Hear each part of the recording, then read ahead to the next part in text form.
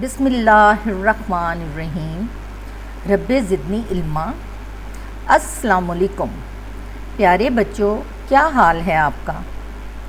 مجھے امید ہے کہ آپ سب خیریت سے ہوں گے۔ اللہ تعالیٰ آپ کو اپنی حفظ و امان میں رکھے۔ تو پیارے بچوں، آج جو کام ہم کرنے جا رہے ہیں وہ بہت ہی دلچسپ ہے۔ آپ کو یاد ہوگا کہ جب آپ کلاس پریپ اور کلاس 1 یعنی جماعت اول کے طالب علم تھے تو آپ نے ایک کام کیا تھا، اور وہ تھا جوڑ کے توڑ کرنا، توڑ کے جوڑ کرنا اور جوڑ کے توڑ کرنا۔ تو بچوں، جو آج آپ کام کرنے جا رہے ہیں وہ بھی اس جوڑ توڑ سے ملتا جلتا کام ہے، اور چونکہ اب آپ جماعت پنجم کے طالب علم ہیں اس لیے یہ کام تھوڑا سا فرق ہے۔ یہ آپ کچھ یوں کریں گے کہ آپ حروف کو ترتیب دے کر الفاظ بنائیں گے، اور اس کام کو آسان کرنے کے لیے، آسان بنانے کے لیے جو طریقہ دیا گیا ہے وہ یہ ہے کہ لفظ کے سامنے اشارات بھی دیے گئے ہیں۔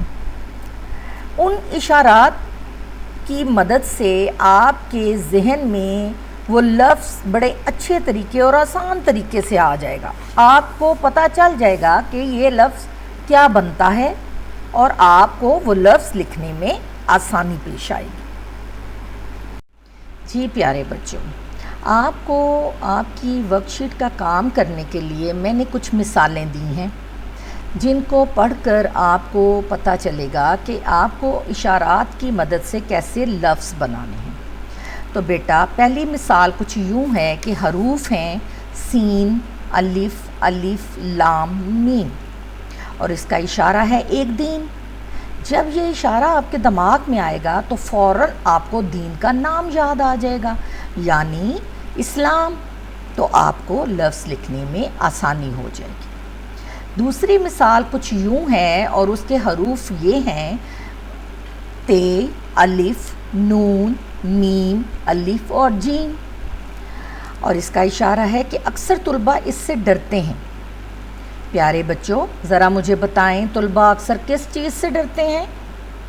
جی ہاں، طلباء اکثر امتحان سے ڈرتے ہیں، کیونکہ جن بچوں نے بہت زیادہ محنت کی ہوتی ہے، اپنا کام وقت پہ کیا ہوتا ہے، دل لگا کر پڑھا ہوتا ہے، جب ان کے امتحان قریب آتے ہیں تو وہ اس چیز سے ڈرتے ہیں کہ آیا ہم نے جو محنت کی ہے کیا اس کے مطابق ہم پاس ہو سکیں گے؟ کیا ہم اپنی کلاس میں اول آئیں گے؟ کیا ہم اپنی کلاس میں ٹاپ کریں گے؟ تو ان کو اس چیز سے ڈر رہتا ہے۔ یا پھر وہ طلباء ہوتے ہیں جو پڑھائی پر توجہ ہی نہیں دیتے، نہ وہ ورک شیٹ ٹائم پہ کرتے ہیں، نہ وہ اپنا لیکچر سنتے ہیں، نہ ہی وہ دل لگا کر پڑھتے ہیں۔ پھر جب ان کے سر پر امتحان آتے ہیں تو وہ امتحان سے سخت ڈرتے ہیں، اس لیے کہ انہیں پتہ ہوتا ہے کہ اب تو ہم فیل ہو جائیں گے، اور اگر ہم فیل ہو جائیں گے تو سب کو پتہ چل جائے گا کہ ہم نے تو محنت ہی نہیں کی، ہم نے تو اپنی پڑھائی میں دلچسپی ہی نہیں لی اور وقت پر پڑھا ہی نہیں ہے۔ تو طلباء کس چیز سے ڈرتے ہیں؟ امتحان سے ڈرتے ہیں۔ تو آپ کو اس اشارے سے اچھی طرح پتہ چل جائے گا کہ یہ لفظ امتحان بنتا ہے۔ اگلا جو لفظ ہے اس کے حروف ہیں چھوٹی یہ، الف، دال، چھوٹی یہ، الف، دال، الف اور زے۔ تو بیٹا، اس کا اشارہ ہے کہ ہر انسان کا پیدائشی حق ہے۔ اب جو بھی شخص اس دنیا میں پیدا ہوتا ہے اس کو جو حق حاصل ہوتا ہے وہ ہوتا ہے آزادی کا حق، تو یہ لفظ بن جائے گا آزادی۔ اسی طرح ایک اور مثال ہے جس کے حروف ہیں چے، لام، سین، دال اور پے۔ اس کا اشارہ ہے کہ کہانی ایسی ہو کہ بار بار پڑھنے کو دل کرے۔ ذرا مجھے بتائیں تو صحیح، کون سی کہانی ایسی ہوتی ہے جس کو بار بار پڑھنے کو دل کرتا ہے؟ جی ہاں، آپ کو سمجھ آ گئی، یعنی کہ دلچسپ کہانی کو ہر کسی کا دل چاہتا ہے کہ وہ بار بار پڑھے، تو یہ لفظ کیا بن جاتا ہے؟ دلچسپ۔ ایک اور مثال میں آپ کو دوں گی، اور وہ میں زبانی مثال آپ کو دوں گی۔ اس کے حروف ہیں تے، الف، نون، رے، زوئے اور الف، اور اس کا اشارہ ہے اکثر تکلیف دہ ہوتا ہے۔ اچھا ذرا سوچ کر تو بتائیں مجھے ذرا کہ اکثر تکلیف دہ کیا چیز ہوتی ہے؟ بالکل ٹھیک، اکثر جو چیز تکلیف دیتی ہے جب کوئی مہمان آپ کے گھر آنا ہو اور اگر اس کو آنے میں دیر ہو جائے اور آپ اس کا انتظار کر رہے ہوں تو وہ انتظار آپ کے لیے تکلیف دہ ہوتا ہے، کیونکہ آپ چاہتے ہیں کہ جلدی سے مہمان ہمارے گھر آ جائیں، ایسا ہی ہے نا؟ یا پھر جب عید آتی ہے تو آپ سب بچے جو بہت خوشی خوشی عید کا انتظار کرتے ہیں اور آپ کا دل کرتا ہے کہ جلدی سے عید آ جائے، اور وہ انتظار آپ کو تکلیف دہ ہوتا ہے۔ ایسے ہی اب عید الاضحیٰ آ رہی ہے اور آپ سب یقیناً عید الاضحیٰ کا انتظار کر رہے ہوں گے، اور یہ انتظار آپ کو بہت تکلیف دے رہا ہوگا، کیونکہ آپ چاہتے ہوں گے کہ جلدی سے یہ دن گزر جائیں، جلدی سے عید آ جائے اور ہم اپنے جو جانور ہیں وہ اللہ کی راہ میں قربان کر سکیں۔ ایسا ہی ہے نا؟ تو اس اشارے سے آپ کو پتہ چلے گا کہ یہ لفظ بنتا ہے انتظار۔ تو پیارے بچوں، جب بھی آپ حروف کو ترتیب دینے لگیں تو ایک چیز کا خاص خیال رکھیں کہ لفظ میں تمام دیے گئے حروف شامل ہوں، یعنی آپ لفظ کو غور سے دیکھیں اور جو حروف ہیں ان کو غور سے دیکھیں اور دیکھیں کہ آیا یہ تمام حروف مل کر یہ لفظ بنا ہے۔ اگر تو ایسا ہے تو اس کا مطلب ہے کہ آپ کا لفظ بالکل ٹھیک بنا ہے۔ جی بچوں، اگلا کام جو آپ سیکھیں گے وہ ہے بے ترتیب الفاظ کو ترتیب دے کر جملے بنانا، یعنی جیسے آپ انگلش میں ورڈز کو ارینج کر کے آپ سینٹینس میں جو ہے کنورٹ کرتے ہیں، اسی طرح اردو میں بے ترتیب الفاظ کو ترتیب دے کر جملہ بناتے ہیں۔ اور اس کا طریقہ کار یہ ہے کہ نمبر 1، آپ تمام الفاظ جملے میں استعمال کریں گے۔ نمبر 2، جملے میں پہلے فاعل، پھر مفعول اور آخر میں فعل لگائیں۔ نمبر 3، تمام حروف یعنی کہ، کی، کے اور، پر، سے وغیرہ کا استعمال دھیان سے کریں، کیونکہ جیسے آپ انگلش میں ان کو کنجکشنز کہتے ہیں، اسی طرح اردو میں یہ جو حروف ہوتے ہیں یہ جملے کو جوڑنے کا کام کرتے ہیں، ان کے بغیر جو ہے جملہ مکمل نہیں ہوتا، تو دھیان سے ان کا استعمال کرنا ہے۔ اگلی آپشن یہ ہے، آپ نے دیکھنا ہے کہ اگر جملہ 2 حصوں پر مشتمل ہو، مطلب مثبت پہلو پازیٹیو اور منفی پہلو نیگیٹو پہلو، تو جملے میں پہلے مثبت پہلو یعنی پازیٹیو پہلو اور پھر منفی پہلو یعنی نیگیٹو پہلو درج کریں۔ آخر میں پورے جملے کو زیر لب دہرائیں تاکہ آپ کو پتہ چل سکے کہ آیا جملہ درست ہے یا نہیں ہے۔ اس طریقے سے آپ بے ترتیب الفاظ کو جوڑ کر ترتیب دے کر بہت اچھے طریقے سے جملہ بنا سکتے ہیں۔ جی بچوں، بے ترتیب الفاظ کو جوڑ کر جملہ بنانے کی میں نے کچھ مثالیں آپ کو پیش کی ہیں تاکہ آپ کو سمجھ آ جائے کہ کس طرح سے آپ نے الفاظ جوڑ کر جملہ بنانا ہے۔ تو بچوں، پہلی مثال کے الفاظ ہیں اللہ، نیکی، پسند، کرنے والوں، کرتا ہے، کو۔ تو اس کو جب آپ ترتیب دیں گے تو یہ جملہ کچھ یوں بن جائے گا کہ اللہ نیکی کرنے والوں کو پسند کرتا ہے۔ اب دیکھیں، اس میں نے پہلے فاعل لگایا ہے، پھر مفعول لگایا ہے اور آخر میں میں نے فعل لگایا ہے۔ اگلی مثال ہے کہ ہمیشہ سے بچو، نیکوں کی، بروں، صحبت میں بیٹھو اور۔ اب آپ کو ہمیشہ کیا کام کرنا چاہیے؟ اچھا کام کرنا چاہیے نا، تو پہلے آئے گا کہ ہمیشہ نیکوں کی صحبت میں بیٹھو اور بروں سے بچو۔ اگلی مثال ہے اور اس کے الفاظ ہیں دولت، بہتر ہے، علم سے، اسے کوئی نہیں چھین سکتا۔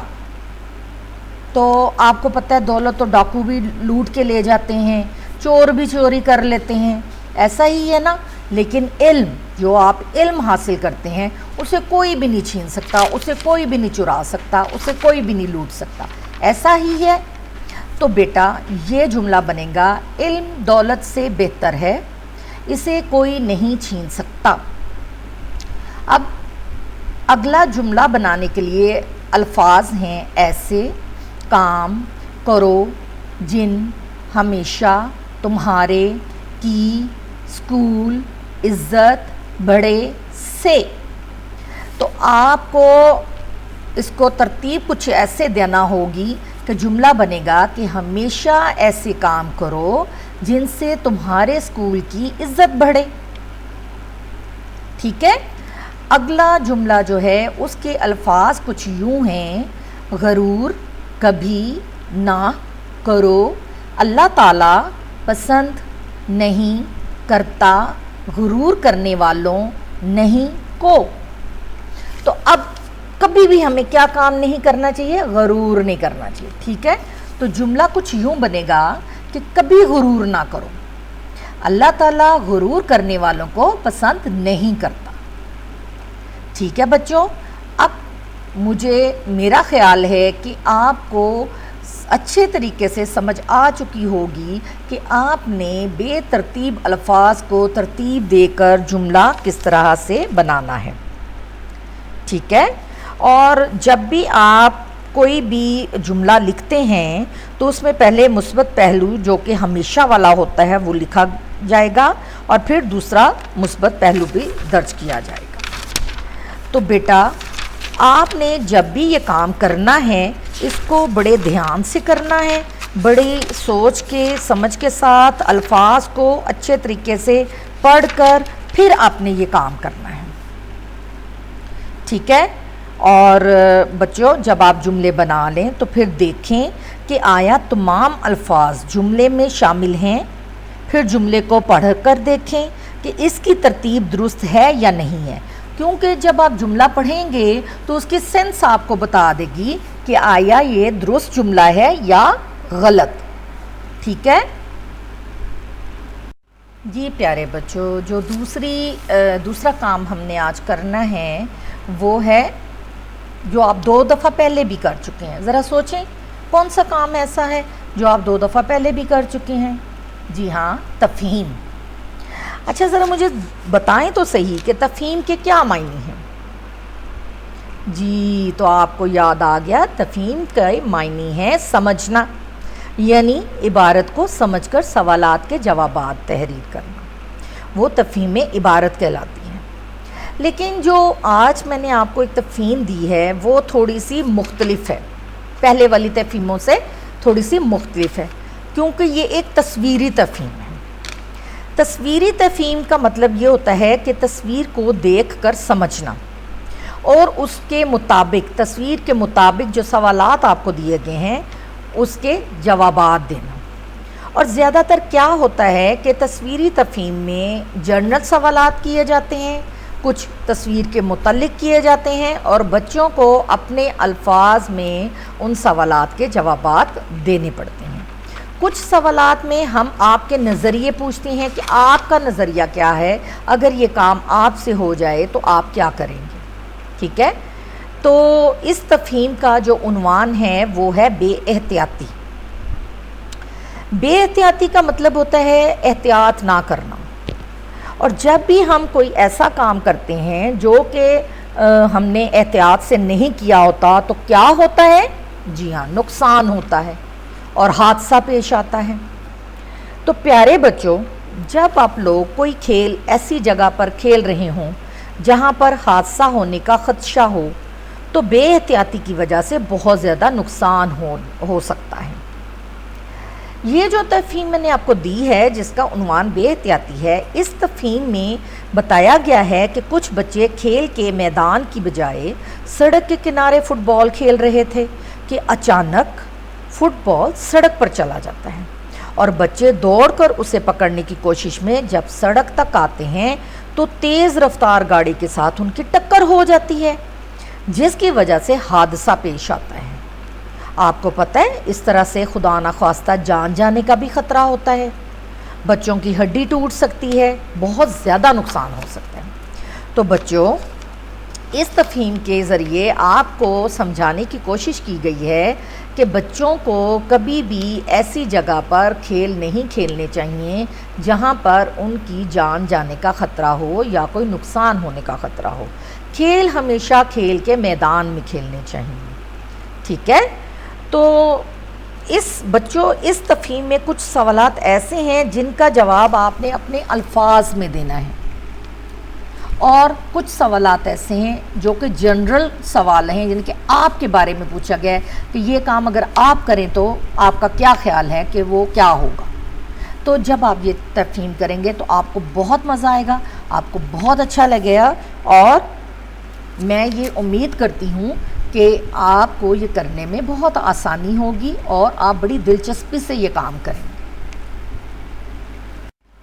جی بچوں میں نے آپ کو پہلے بھی سمجھایا تھا کہ آپ کو کام جو ہے وہ وقت پر کرنا چاہیے، لیکچر وقت پر سننا چاہیے، اس سے متعلقہ جو ورک شیٹ ہیں وہ وقت پر حل کر کے ہمیں سبمٹ کروانی چاہیے۔